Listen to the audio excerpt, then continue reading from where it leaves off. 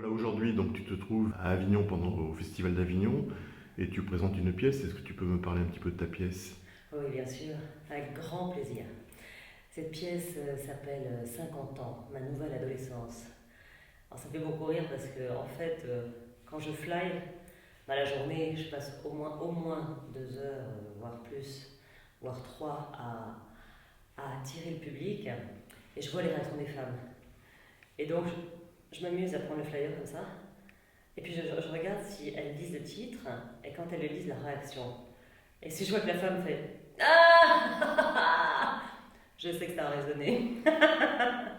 Donc là, du coup, enfin, je déroule le tapis rouge, quoi. C'est-à-dire que la personne est intéressée, c'est évident. Et ça résonne énormément chez les femmes, énormément.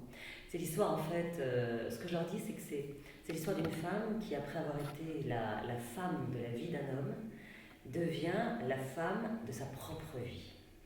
Et ça, tout de suite, ça leur parle avec une force. Et juste derrière, je leur dis attention, ce n'est pas un pamphlet, c'est pas une critique par rapport aux hommes, c'est pas un discours remonté, etc. du tout.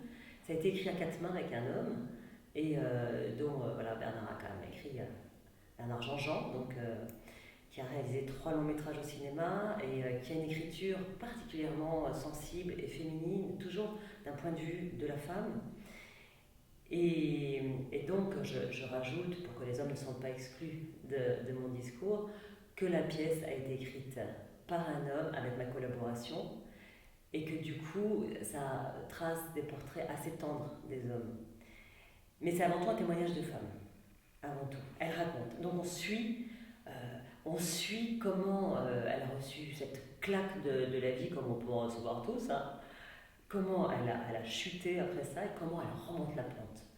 Donc c'est un spectacle, moi, qui me tient énormément à cœur parce que c'est un spectacle qui fait du bien.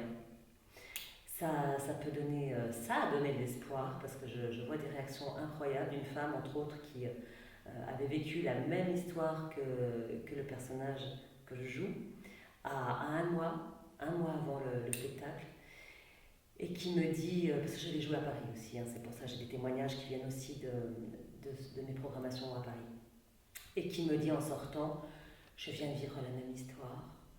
Je vous remercie, elle avait l'œil embué. Vous m'avez redonné de l'espoir.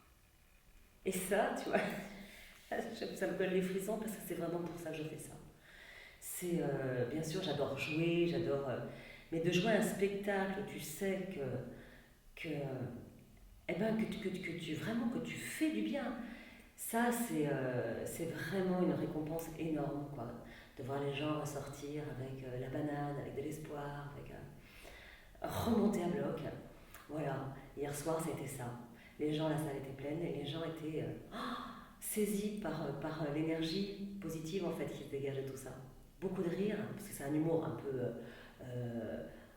enfin pas corrosif, mais un humour de situation, un humour si, aussi un peu corrosif.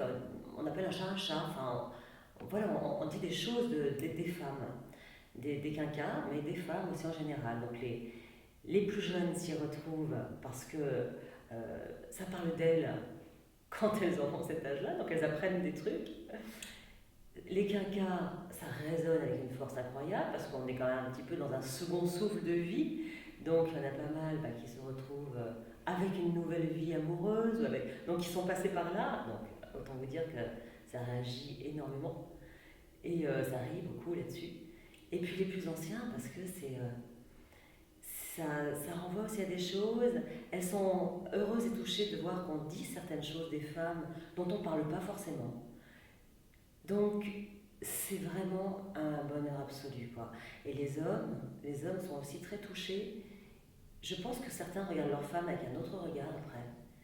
Et j'en ai vu qui sortait, un qui m'a dit, avec la petite larme à l'œil, qui m'a dit: oh, mais faut que les gens voient ce spectacle. Il était hyper touché. Donc, moi, c'est pour le public que je fais tout ça. C'est vraiment, pour moi, c'est un partage énorme.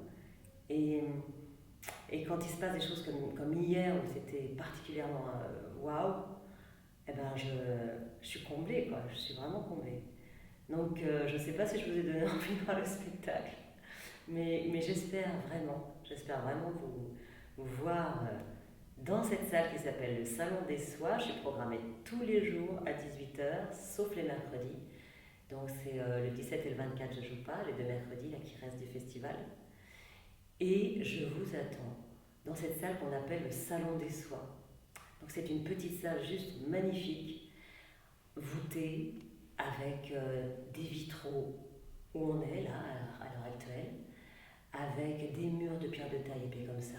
Il y fait bon et c'est comme si je vous recevais chez moi. Donc c'est juste que de la joie. Voilà. Est-ce que cette pièce aura une suite? Est-ce- Ah, alors, cette pièce, évidemment, je le souhaite très fort, aura une suite comme elle a déjà un passé, puisque je l'ai jouée sur Paris en tout 2018 dans 4 théâtres.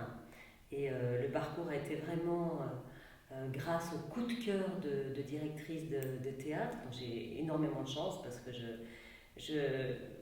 sais pas, c'est assez miraculeux ce qui se passe autour de ce spectacle. Donc, j'ai beaucoup de gratitude par rapport à toutes ces femmes qui m'ont voulu dans leur théâtre. Donc il y a déjà un passé avec des articles de presse vraiment chouettes.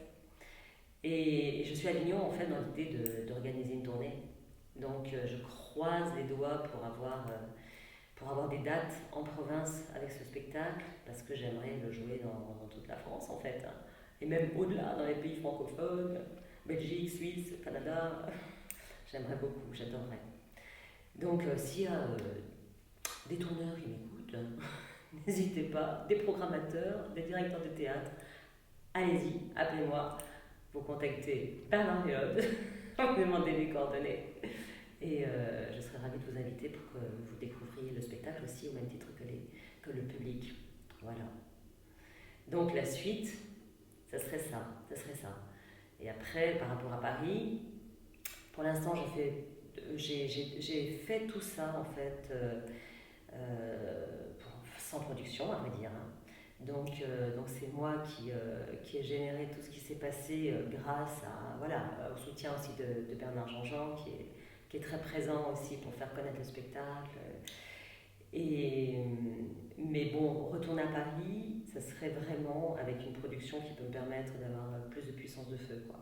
C'est-à-dire en communication essentiellement. C'est-à-dire que je ne sois plus peut-être obligée d'avoir 10 casquettes sur la tête. Ouais, ça serait pas mal.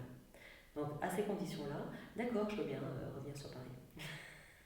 Voilà. Donc 50 ans, tout se passe bien?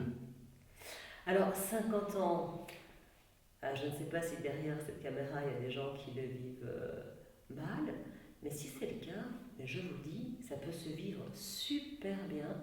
Et si vraiment vous avez quelques petites angoisses de vieillir ou quoi, mais venez me voir.